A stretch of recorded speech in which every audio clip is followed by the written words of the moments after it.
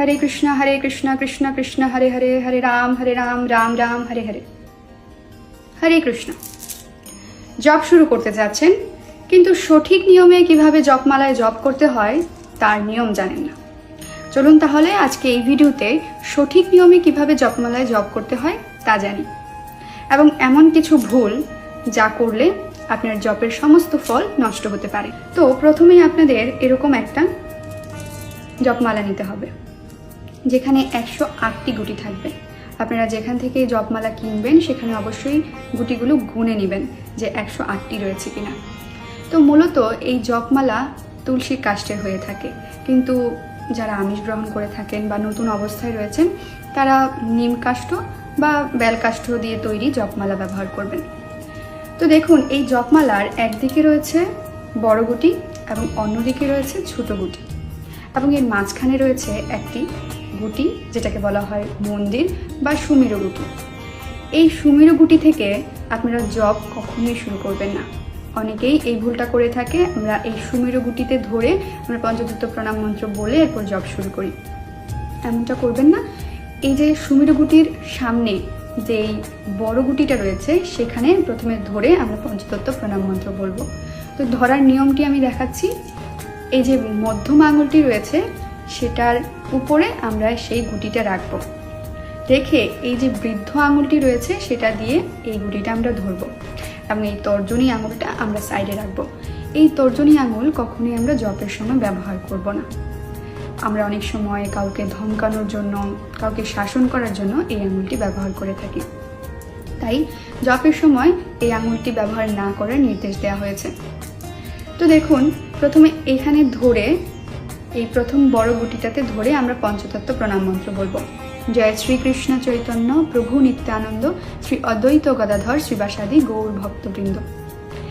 এই পঞ্চতত্ত্ব প্রণাম মন্ত্রের মাধ্যমে আমরা পঞ্চতত্ত্ব ভগবানের দৃষ্টি আকর্ষণ করি, যাতে করে আমাদের জপের সময় যে সকল ভুল বা ত্রুটি হয়ে থাকে সেই অপরাধগুলো যেন তারা ক্ষমা করে। এরপর এখানে প্রণাম মন্ত্র বলে আমরা এখান থেকেই হরে কৃষ্ণ মহামন্ত্র শুরু করব।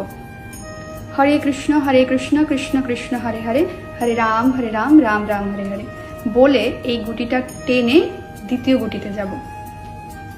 সেইমভাবে আবার এই গুটিতেও আমরা হরে কৃষ্ণ মহামন্ত্র উচ্চারণ করে সম্পূর্ণটা উচ্চারণ করার পর 3 নম্বর গুটিতে যাব। এভাবে 1 2 3 4 5 6 করতে করতে এসে আমরা 108 নম্বর গুটিতে আসব। 108 নম্বর গুটি মানে সেই শেষ গুটিটা, যেখানে আসা মানে আমাদের 108 বার হরে কৃষ্ণ মহামন্ত্র উচ্চারণ করা শেষ হয়েছে। এখন কি করতে হবে? এই ছোট গুটি থেকে লাফ দিয়ে আমাদের বড় গুটিতে চলে যেতে হবে না। এই ভুলটাও একদমই করবেন না। এই ভুল করার মাধ্যমে আপনার জপের সমস্ত ফল বিনষ্ট হবে। আপনারা এই যে ছোট গুটিতে এলেন, আসার পর এটাকে দেখুন এভাবে ঘুরিয়ে নেবেন, মানে বড় থেকে যখন আপনারা ছোটতে এলেন আবার ছোট থেকেই জপ শুরু করবেন। এই সুমেরু গুটিকে ডিঙিয়ে আবার বড়টাতে চলে যাবেন না। তার মানে বড় থেকে যখন আমরা ছোটতে আসব তখন আমাদের হবে 1 মালা, এবং ছোট থেকে যখন আবার আমরা বড়তে যাব তখন হবে আমাদের 2 মালা। এভাবে 1 মালা, 2 মালা, 4 মালা, 6 মালা আস্তে আস্তে করে আমরা জপের সংখ্যা বাড়াতে থাকবো। প্রথমে আমরা 1 মালা 2 মালা দিয়ে শুরু করব।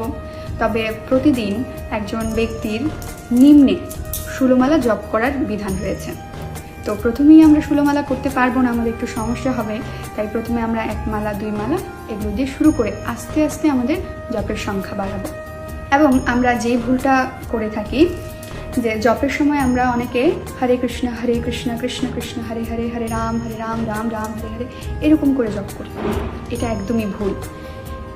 আমরা একটা গুটিতে একবার হরে কৃষ্ণ মহামন্ত্র সম্পূর্ণ শেষ করে তারপর আরেক গুটিতে আগাবো, নচেত আমাদের জপের কোনো ফল হবে না। এবং যখন আমরা জপ করব এভাবে খালি হাতে খোলাভাবে আমরা কখনোই জপ করব না। আমরা এর জন্য একটি জপথলি ব্যবহার করব, যেখানে এই জপথলিটির ভেতরে আমরা এই জপমালাটি রাখবো। রেখে এই যে আমাদের এই তর্জনী আঙুলটি রয়েছে, যেটা আমরা বলেছিলাম বাইরে রাখার কথা, মানে আলাদা রাখার কথা, সেটা আমরা এই যে দেখুন জপথলির যেই একটা ছিদ্র থাকে, প্রতিটা জপথলিতেই থাকে, এটা এখান দিয়ে এই তর্জনী আঙুলটি বের করব। এবং যেভাবে দেখিয়েছি ভেতরে এই আঙুলটি নিচে রেখে বৃদ্ধা আঙুলটি উপরে রেখে এভাবে জপ করা শুরু করব। জপথলির ভেতরে প্রথমে একটু সমস্যা হতেই পারে, বা যখন আমরা জপমালাটা ঘুরাবো তখন আমাদের একটু সমস্যা হতে পারে। এটা প্রথম সবারই হয়। চেষ্টা করে যাবেন, একটা সময় আপনার কমফোর্টে চলে আসবে। এখন এই জপমালায় এই যে এই গুটিগুলো থাকে, এগুলো কি? এগুলো হচ্ছে সাক্ষী মালা। এগুলো আপনাকে সাক্ষী দিবে আপনি কত মালা জপ করছেন।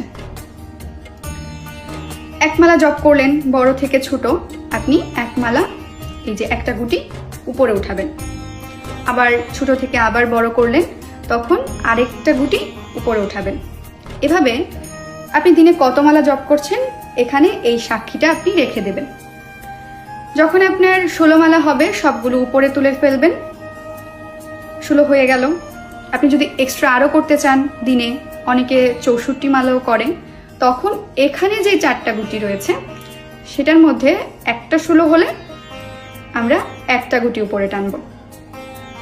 আবার এগুলোকে নিচে নামাবো। আবার যখন 16 হবে, দ্বিতীয় 16 যখন শেষ হবে, সবগুলো গুটি উপরে চলে আসবে, তখন আবার এই গুটিটা উপরে টানবো।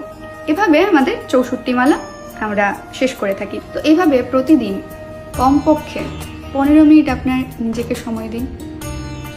2 মালা জপ করতে মিনিমাম যে কোনো কারোরই 14 থেকে 15 মিনিট সময় লাগার কথা। তো আপনি আপনার পরিবারকে এত সময় দিচ্ছেন, আপনার সন্তানদেরকে এত সময় দিচ্ছেন, আপনার নিজের জন্য এই 24টা ঘন্টার মধ্যে 15 মিনিট কি সময় হবে না?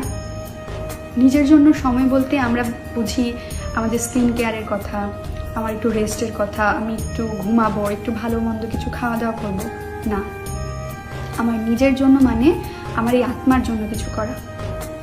কারণ প্রকৃতপক্ষে হচ্ছে আমি আত্মা।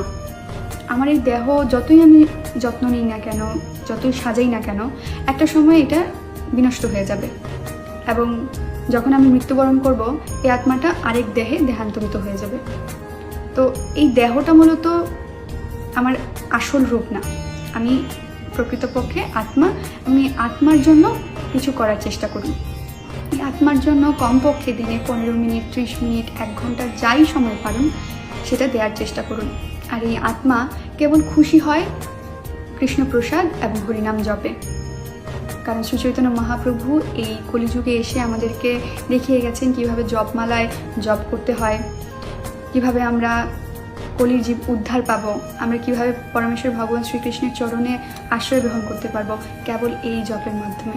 এবং এই জপের এতটাই প্রভাব যে আপনার আশেপাশে যদি কোনো খারাপ সঙ্গ থাকে, কোনো খারাপ কিছুর প্রভাব থাকে, সেগুলো আস্তে আস্তে বিদূরিত করে দেবে। তাই আপনারা যে কোনো উপায়ে, যে কোনোভাবে, আপনারা কোনো বিশেষ তিথি দেখে শুরু করতে হবে বিষয়টা এরকম না। আপনার যখন মনে হবে হ্যাঁ জপ করা প্রয়োজন, আমার এতটা সময় নষ্ট করছি আমি সারাদিনে, কেবল 15 মিনিট কি আমি আমার নিজেকে দিতে পারি না, সেটা যখনই আপনার মনে হবে আপনি সাথে সাথে জপ শুরু করুন। এবং আপনি খেয়াল করবেন এই জপের মাধ্যমে আপনার আশেপাশে থাকা অনেক নেগেটিভ প্রভাবগুলো আপনার থেকে দূরে যেতে শুরু করবে। আপনারা দেখেই থাকেন এই জগৎ কতটা অনাচার, অবিচার, দুঃখ, যন্ত্রণায় ভরে আছে। তো সেই রকম একটা জগৎ থেকে সম্পূর্ণ আলাদা একটি জগৎ হচ্ছে এই আনন্দময় জগৎ, যেখানে যাওয়ার জন্য আপনাকে পরমেশ্বর ভগবানের শ্রীচরণ কমল লাভ করতে হবে। আর যেটা সম্ভব কেবল এই হরিনাম জপের মাধ্যমে। So chant Hare Krishna and be happy. Hare Krishna.